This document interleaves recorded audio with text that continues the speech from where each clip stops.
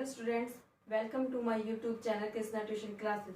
आज हम new chapter gravitation के बारे में डिस्कस करेंगे। ग्रेविटेशन होता क्या है? यदि हम किसी भी ऑब्जेक्ट को, यदि मैंने ये मार्कर लिया, मैंने इसको ऐसे छोड़ दिया तो अपने आप अर्थ की तरफ आ जाएगा। पेड़ से पत्ते अपने आप नीचे अर्थ की तरफ अट्रैक्ट हो जाते हैं। वाटर में, रिवर में जो वाटर होता है वो अपने आप नीचे की तरफ ही फ्लो करता है, यानी कि अर्थ पे ही फ्लो करता है। कोई भी ऑब्जेक्ट जिसे मैं ऊपर से ऐसे छोड़ देती हूँ, अपनी अर्थ की तरफ अट्रैक्ट हो जाता है, यानी कि अर्थ पे अपने आप आ जाता है। ऐसा क्यों होता है? वहां पर कि बोल ली वो भी नीचे आ जाते हैं अपने आप, ऊपर की ऊपर क्यों नहीं रह जाती है? लेकिन छोड़ने के बाद वो कोई भी ऑब्जेक्ट नीचे ही अर्थ पे क्यों आ जाता है? कि ऐसे कैसे मैं छोड़ दिया, कोई भी मैंने फोर्स नहीं लगाया इसके ऊपर, एक्सटर्नल कोई भी फोर्स नहीं लगाया, तो अपने आप ही आ गया। विदाउट एक्सटर्नल फोर्स के अपने आप अर्थ की तरफ ये फॉल हो गया। क्यों हो गया ऐसा? ऐसा क्यों हो गया? ग्रेविटेशन फोर्स की वजह से हो गया। ग्रेविटेशन फोर्स क्या होता है? अकॉर्डिंग टू न्यूटन, क्योंकि ग्रेविटेशन जो फोर्स है वो न्यूटन ने दिया था, इसलिए according to Newton every object in the universe, every object in the universe attract every other object with a certain force. The force between two objects attract each other is called a gravitational force. उन्होंने क्या बताया है कि universe में जो कोई भी दो ऑब्जेक्ट हैं वो एक दूसरे पर फोर्स लगाते हैं, सर्टेन फोर्स लगाते हैं या फिर अट्रैक्ट करते हैं। यूनिवर्स में मतलब अर्थ पे भी हो सकती है वो ऑब्जेक्ट या स्पेस में भी हो सकती है। यूनिवर्स में कहीं भी हो सकते हैं वो ऑब्जेक्ट, उनमें क्या लगेगा? ग्रेविटेशनल फोर्स लगेगा। The gravitational force of earth is known as gravity. कि जो ग्रेविटेशनल फोर्स को ही हम क्या बोलते हैं? ग्रेविटी बोलते हैं। ऐसा इन्होंने क्यों बोला है? कि पेड़ से मैंने बोला कि पत्ते नीचे गिर रहे हैं, कि अर्थ पे, कि पेड़ से पत्ते नीचे गिर रहे हैं, इसका मतलब क्या हुआ? कि अर्थ है वो प्रत्येक वस्तु को अपनी तरफ अट्रैक्ट कर रही है, इसलिए पेड़ के पत्ते अपने आप नीचे अर्थ की तरफ आ रहे हैं। वहां पर कौन सा फोर्स लग रहा है? ग्रेविटी। क्योंकि एक ऑब्जेक्ट के बीच में, एक अर्थ के बीच में जो फोर्स लग रहा है उससे हम पर्टिकुलर नाम दे देते हैं। क्या नाम दे देते हैं? ग्रेविटी। और जब हम ऑब्जेक्ट के बीच में फोर्स लगाते हैं, यानी कि दो ऑब्जेक्ट ले लिए मैंने, इन दोनों के बीच में फोर्स लग रहा है, पर वो कौन? दो ऑब्जेक्ट के बीच में फोर्स लग रहा है, पर क्या लग रहा है? ग्रेविटी फोर्स लग रहा है। पर ये अट्रैक्ट नहीं कर रहे, क्योंकि इनके बीच में जो ग्रेविटेशनल फोर्स है वो बहुत ही कम है, क्योंकि इनका मास बहुत कम है। और मैंने इसे ऐसे छोड़ दिया अपने आप, मैंने कोई फोर्स नहीं लगाया, फिर भी अपने आप अर्थ की तरफ आ गया। अर्थ भी जो फॉल हो रहा है, क्यों? क्योंकि अर्थ इस पे फोर्स लगा रही है कि प्रत्येक वस्तु को अपनी तरफ खींचती है। उसे पर्टिकुलर नाम देकर हमने क्या बोल दिया? ग्रेविटी। अब हम यूनिवर्सल लॉ ऑफ ग्रेविटेशन के बारे में पढ़ेंगे। यूनिवर्सल लॉ ऑफ ग्रेविटेशन को न्यूटन लॉ ऑफ ग्रेविटेशन भी बोलते हैं, क्योंकि यह लॉ न्यूटन ने दिया था। क्या होता है universal law of gravitation?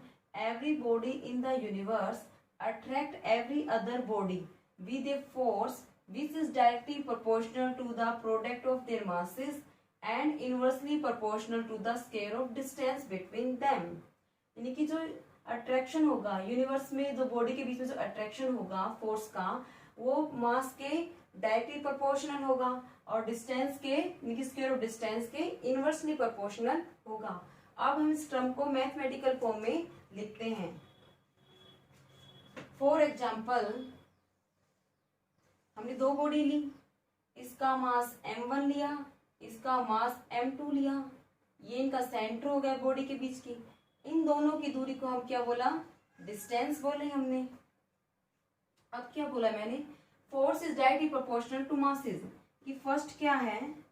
Force है वो डायरेक्टली प्रोपोर्शनल मासेस। मासेस कितना है? m1 into m2। Second case में क्या बोला है? Inversely proportional to the square of distance. Force है वो inversely proportional to the square of distance. अब हम इन दोनों बातों को कंबाइन करेंगे। F is directly proportional to m1 m2 by r square. अब इन दोनों को ऐड करने के बाद हमें ये मिलता है। अब प्रोपोर्शनलिटी के सिंबल को हम हटाते हैं, तब इसके लिए हम क्या कांस्टेंट अज्यूम करते हैं? G, जिसे हम क्या बोलते हैं? Gravitational constant m1 m2 by r square. यहाँ पर क्या है? Force of attraction. force of attraction between two body. जी हमारे पास यहाँ पर क्या है, ग्रेविटेशनल कांस्टेंट,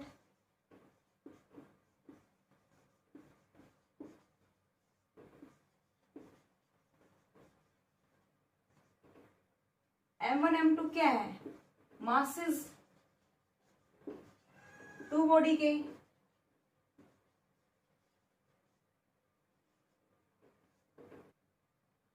r क्या है, डिस्टेंस बिटवीन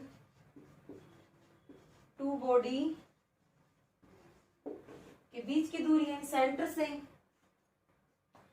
अब हम इसकी यूनिट निकालेंगे, unit of gravitational constant, g is equal to f into r square by m1 m2।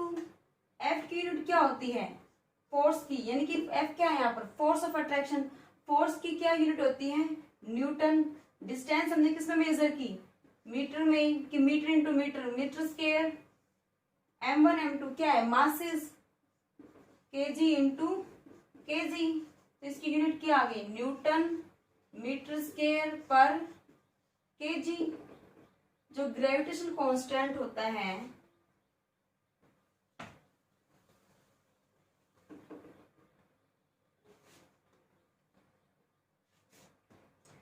जो ग्रेविटेशनल कांस्टेंट होता है g does not depend on the medium, medium पे डिपेंड नहीं करता। Second, g gravitational constant g does not depend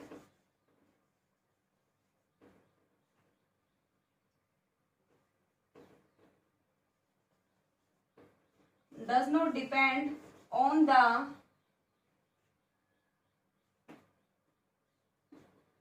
masses and distance। Distance कौन सी, दो object की हमने डिस्टेंस ली थी सेंटर से, उनके ना तो मास पे डिपेंड करता, ना डिस्टेंस पे डिपेंड करता, ना मीडियम पे डिपेंड करता। मीडियम चाहे वैक्यूम हो या विदाउट वैक्यूम हो, कोई भी इफेक्ट नहीं पड़ता किस पर, किसका, ग्रेविटेशनल कांस्टेंट का। जो ग्रेविटेशनल फोर्स है, जिस भी बॉडी का ग्रेविटेशनल फोर्स ज्यादा होगा उसका मास भी ज्यादा होगा, जिस भी बॉडी का ग्रेविटेशनल फोर्स कम होगा उसका मास भी कम होगा। फॉर एग्जाम्पल, मैंने अपने दोनों हाथों में दो मार्कर लिए हुए हैं, ये एक दूसरे को अट्रैक्ट नहीं कर रहे, पर इनके बीच में ग्रेविटेशनल फोर्स लग रहा है, पर एक दूसरे को अट्रैक्ट नहीं कर रहे, क्योंकि इनका मास कम है, इसलिए ग्रेविटेशनल फोर्स भी कम लग रहा है। यदि मैं यहाँ पर नॉर्थ मैग्नेट ले लूं, मैग्नेट लिए मैंने, ये नॉर्थ पोल है, ये साउथ पोल,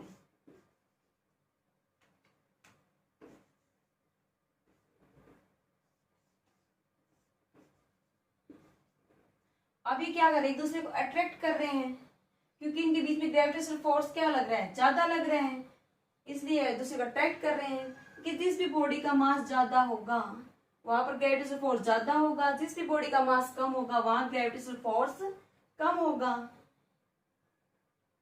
ये ग्रेविटेशनल फोर्स है, ये नहीं कि बॉडी का मास कम है तो ग्रेविटेशनल फोर्स नहीं लगेगा, लार्ज है तभी ग्रेविटेशनल फोर्स लगेगा, ऐसा कुछ नहीं है।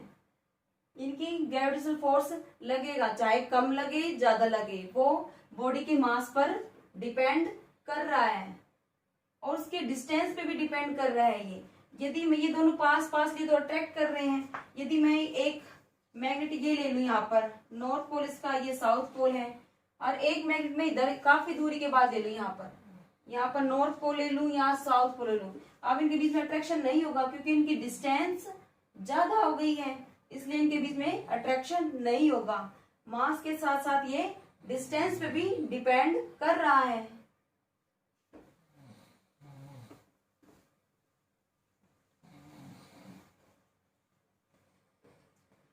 यूनिवर्सल लॉ ऑफ ग्रेविटेशन को यूनिवर्सल लॉ ऑफ ग्रेविटेशन इसलिए बोलते हैं क्योंकि यह लॉ सभी जिस भी बॉडी का मास होता है उस पर लगता है, चाहे वो बॉडी स्पेस में हो या विदाउट स्पेस पे हो, यानी कि अर्थ में हो।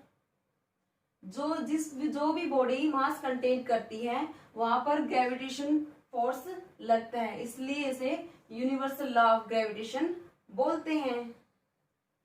अब हम नेक्स्ट टॉपिक क्या पढ़ रहे हैं इसमें, gravitational force between heavy and light body. देखिए ग्रेविटेशनल फोर्स है एक हैवी बॉडी और एक लाइट बॉडी के बीच में कैसे होगा, ये कितना होगा उसका इफेक्ट, ये जानने की कोशिश करेंगे। फर्स्ट केस हमने क्या लिया, when two bodies of masses 1 kg kept at 1 metre distance, यानी कि दो बॉडी ली है जिसका मास 1 kg लिया हुआ है और वो 1 मीटर डिस्टेंस पे रखी गई है। सेकंड केस हमने यहाँ पर क्या लिया, when a body of mass 1 kg is hold on the surface of earth. और थर्ड केस हमने यहाँ पर क्या लिया, बोथ बॉडी हमने लार्ज ली है, कौन कौन सी ली है, एक अर्थ ली है और एक मून ली है। अब हम पहला केस सोल्व करते हैं।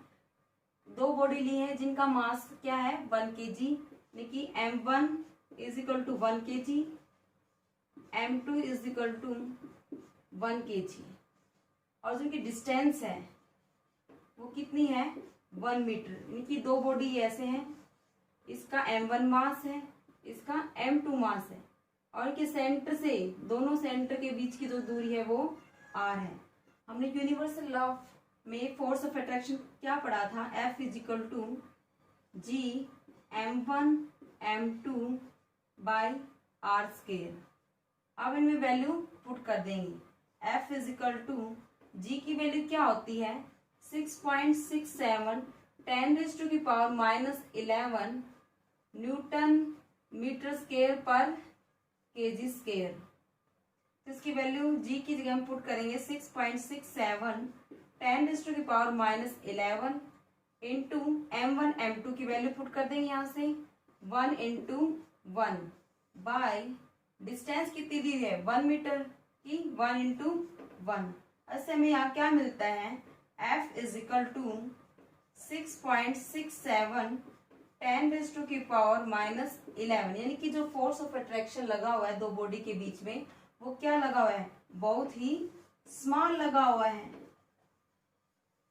हमने स्मॉल कैसे बोला, क्योंकि 10⁻⁻11 है वो बहुत ही कम वैल्यू होती है, 1 बाई ऐसे लिखोगे इसे 10⁻11 तो कि इसकी वैल्यू बहुत ही कम आएगी, इसलिए वहां पर जो फोर्स ऑफ अट्रैक्शन लगा हुआ है दो बॉडी के बीच में क्या लगा हुआ है, कम लगा हुआ है। हमने यहाँ पर क्या लिया, when a body of mass 1 kg is hold on the surface of earth, कि एक बॉडी का मास हमने 1 kg लिया है, एक सेकंड बॉडी हमने क्या ली है अर्थ।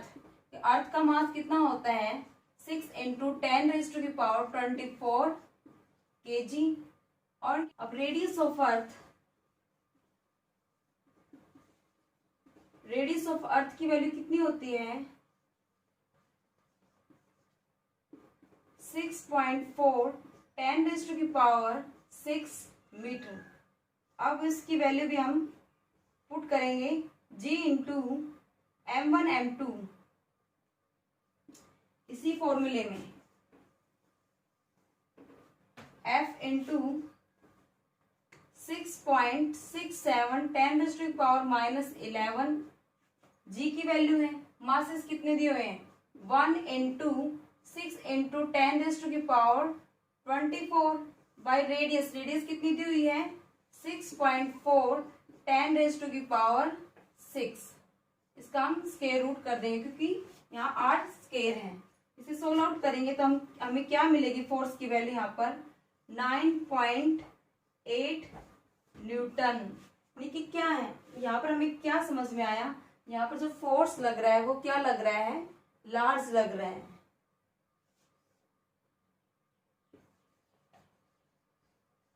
अर्थ के बीच में और ऑब्जेक्ट के बीच में जो फोर्स लग रहा है वो क्या लग रहा है, लार्ज लग रहा है। इसलिए किसी भी ऑब्जेक्ट को हम ऐसे छोड़ देते हैं वो अर्थ की तरफ फॉल हो जाते हैं, क्योंकि वहां पर ग्रेविटेशनल फोर्स क्या लग रहा है, ज्यादा लग रहा है। इसलिए यहाँ पर स्मॉल लग रहा था इसलिए कोई भी इफेक्ट नहीं हो रहा था। थर्ड केस हमने यहाँ पर क्या लिया, बोथ बॉडी है वो एक लार्ज ली है, दोनों ही बॉडी हमने क्या ली है, लार्ज ली है। एक अर्थ लिया है, एक मून लिया है। मास ऑफ मून कितना होता है 7.4 10⁻24 kg। मास ऑफ अर्थ कितना होता है 6 × 10⁻24 kg। Distance between earth and moon is equal to 3.84 10⁸ metre. अब हम इसकी वैल्यू पुट करेंगे। F is equal to 6.67 10⁻⁻11 into M1 की वैल्यू कितनी है 7.4 10⁻24। M2 की वैल्यू कितनी है 6 × 10⁻24 बाय डिस्टेंस कितनी दी हुई है 3.84 10⁸ क्या है डिस्टेंस का स्क्वायर। अब हम इन वैल्यू को सोल्व आउट करते हैं, तब हमें क्या मिलता है 2.01 10⁻20 न्यूटन, यानी कि इसकी वैल्यू क्या है एक्सट्रीमली लार्ज।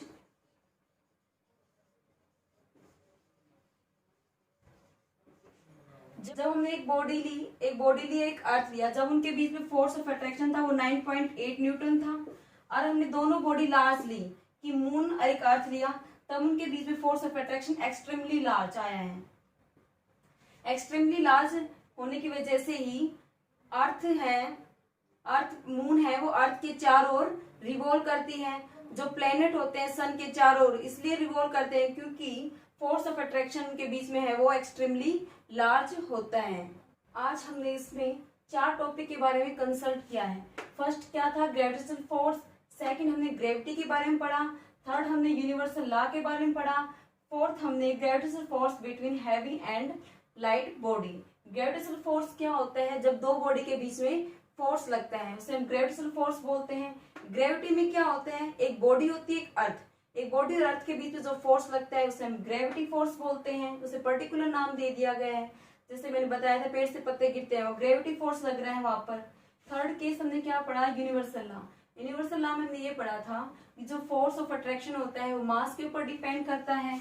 जो फोर्स ऑफ अट्रैक्शन होता है वो डायरेक्टली प्रोपोर्शनल होता है मासेस के, एंड फोर्स ऑफ अट्रैक्शन होता है वो इनवर्सली प्रोपोर्शनल होता है square of distance between two bodies of centres. हमने दोनों बातें पढ़ी थी। इसमें इनको सिंबल हटाने के बाद G(m1 m2) by r square. G क्या होता है ग्रेविटेशनल कांस्टेंट होता है जो मास और डिस्टेंस के ऊपर डिपेंड नहीं करता, और इसकी वैल्यू क्या होती है 6.67 10⁻⁻11 न्यूटन मीटर स्क्वायर पर kg स्क्वायर। ये इसकी यूनिट होती है जो ग्रेविटेशनल कांस्टेंट की फिक्स होती है।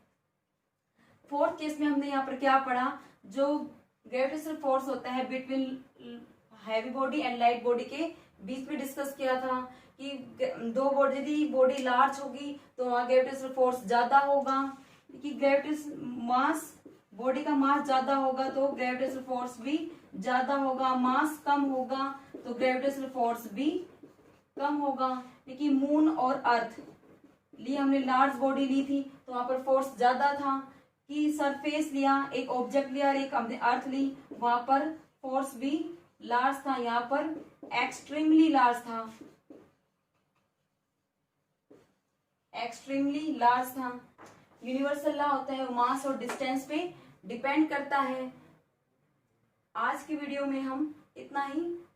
आज की वीडियो में हमें ओनली 4 टॉपिक ही डिस्कस किए हैं। यदि आपको मेरी वीडियो पसंद आए तो ज्यादा से ज्यादा लाइक एंड सब्सक्राइब करें। Thank you.